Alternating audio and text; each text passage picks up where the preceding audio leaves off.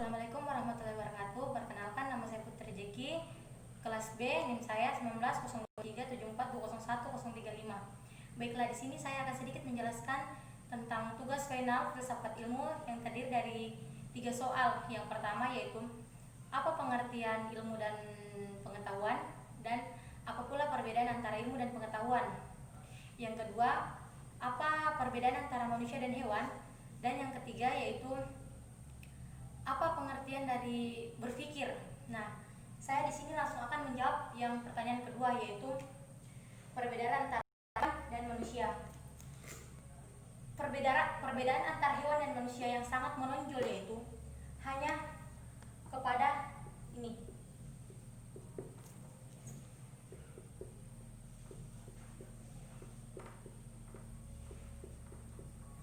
Manusia menggunakan pikirannya, sedangkan hewan menggunakan insting. Nah, yang kita tahu dari perbedaan ini adalah meskipun hewan juga di sini dia bertahan hidup sama seperti manusia, seperti yang dikatakan oleh Aristoteles, dia mengatakan bahwa manusia itu adalah hewan yang berpikir. Jadi sangat jelas dikatakan sini bahwa perbedaan manusia dengan hewan itu hanya kepada pemikirannya. Insting. Hewan menggunakan instingnya saat mereka lapar dan saat mereka ingin disergap dengan mangsa, itu yang dinamakan insting.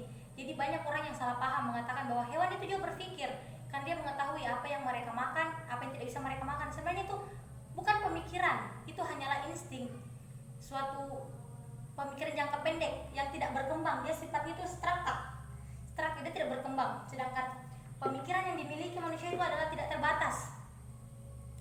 Karena pemikiran manusia di sini dia berkembang seperti pada saat dulu manusia itu tidak mengetahui namanya bermotor atau apa, mereka hanya menunggangi kuda atau apalah sejenisnya.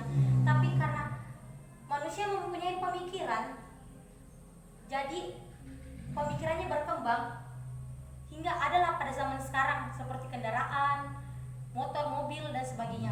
Nah, sedangkan yang dimaksud dengan berpikir itu adalah proses kerja otak, di mana di situ adalah suatu bentuk tidak tahu menjadi tahu. Semacam kita misalnya kita tahu, kita cuma proses di mana kita tahu menjadi lebih tahu. Seperti misalnya kita hanya tahu ini adalah danau. Kita hanya tahu danau itu secara universal, tapi kita tidak tahu apa yang ada dalam danau itu. Maka dari itu, itulah disinilah gunanya proses kerja otak, proses kerja akal, pemikiran itu. Dimana danau ini yang kita tahu hanya sekedar danau, akan diteliti terlebih dahulu, dan dari penelitian itu disitulah yang namanya pemikiran, proses kerja otak. Baiklah, yang selanjutnya yaitu saya akan menjelaskan tentang ilmu dan pengetahuan. Di sini ilmu itu adalah sesuatu informasi yang didapatkan, dia lebih spesifik, atau sesuatu itu bisa dikatakan ilmu jika dia sudah melewati struktur metodologi sains, yaitu dengan cara doktrin, metodologi ilmiah, dan penelitian. Sedangkan pengetahuan itu dia hanya sebatas tahu tapi tidak menyeluruh. Sedangkan ilmu di sini dia itu tahu sampai bisa dikatakan sampai ke akarnya. Sedangkan kalau pengetahuan itu hanya sebatas di permukaan saja. Ilmu ini sudah sampai di kedalaman, begitu. Nah, jika kita menjelaskan tentang ilmu dan pengetahuan, tentu di barat dengan timur itu beda antara ilmu dan pengetahuan. Di barat ia mengatakan bahwa sesuatu bisa dikatakan ilmu jika dia sudah melalui proses penelitian terlebih dahulu, sudah dianalisis terlebih dahulu. Terutama ilmu-ilmu yang sudah mencakup menggunakan kata logos atau logis. Berarti dia itu ilmu yang sudah dapat diterima oleh akal, sudah dapat diterima oleh rasionalitas kita, karena dia sudah diteliti terlebih dahulu. Sedangkan pengetahuan itu hanya sekedar tahu sampai di permukaan saja, tidak sampai ke ilmu.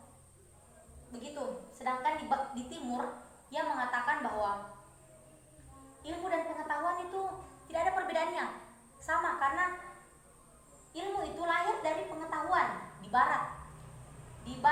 Di timur dia mengatakan bahwa pengetahuan itu adalah ilmu atau cahaya. Jadi ilmu ini tidak bisa didefinisikan terutama lagi dengan pengetahuan, karena sifatnya yang universal, yang luas. Sedangkan pengetahuan ini kan sifatnya sempit. Seperti dia spesifik, ini pengetahuan ini ilmu dia cuma mempelajari tentang semacam misalnya IPA. Dia mempelajari IPA mulai dari tumbuhan-tumbuhan itu. Ilmu pengetahuan alam, dia mempelajari apa yang terstruktur dari alam itu, seperti tumbuhan, apa yang terdapat dalam tumbuhan itu. Dia menjelaskan sedetail-detailnya. Sedangkan pengetahuan itu tidak, dia hanya sebatas tahu begini, oh ya itu pohon itu begini, cuma sebatas itu. Ya mungkin itu saja yang bisa saya jelaskan. Assalamualaikum warahmatullahi wabarakatuh.